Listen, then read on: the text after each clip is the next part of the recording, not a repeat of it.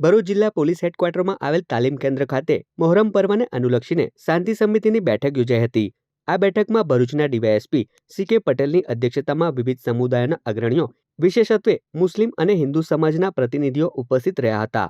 આ બેઠકનો મુખ્ય હેતુ મોહરમ પર્વ દરમિયાન શહેરમાં શાંતિ, સહઅસ્તિત્વ અને કાયદો વ્યવસ્થાની પરિસ્થિતિ જળવાઈ રહે તે સુનિશ્ચિત કરવાનો રહ્યો હતો। બેઠક દરમિયાન તાજિયા જુલુસના માર્ગો, સમયપત્રક, વ્યવસ્થાપન અને ટ્રાફિક નિયંત્રણ અંગે ચર્ચા કરવામાં આવી હતી। આ બેઠક દરમિયાન ભવિષ્યમાં મોહરમ પર્વ નિમિત્તે શહેરના વિવિધ વિસ્તારોમાં ફ્લેગ માર્ચ યોજવાની પણ જાહેરાત કરવામાં આવી હતી, જેથી લોકોમાં સુરક્ષાની ભાવના ઉદ્ભવે અને શંકાસ્પદ પ્રવૃત્તિઓને રોકી શકાય। આગામી 5 અને 6 તારીખ દરમિયાન મુસ્લિમ બિરાદરોનો મોહરમનો પ્રસંગ આવી રહ્યો છે। આ પ્રસંગ ભરૂચ શહેરમાં અને સમગ્ર ભરૂચ જિલ્લામાં શાંતિમય રીતે પૂર્ણ થાય એના માટે આજે ભરૂચ જિલ્લાના જુદા જુદા ધર્મના આગેવાનોની એક શાંતિ સમિતિની મિટિંગ બોલાવવામાં આવી।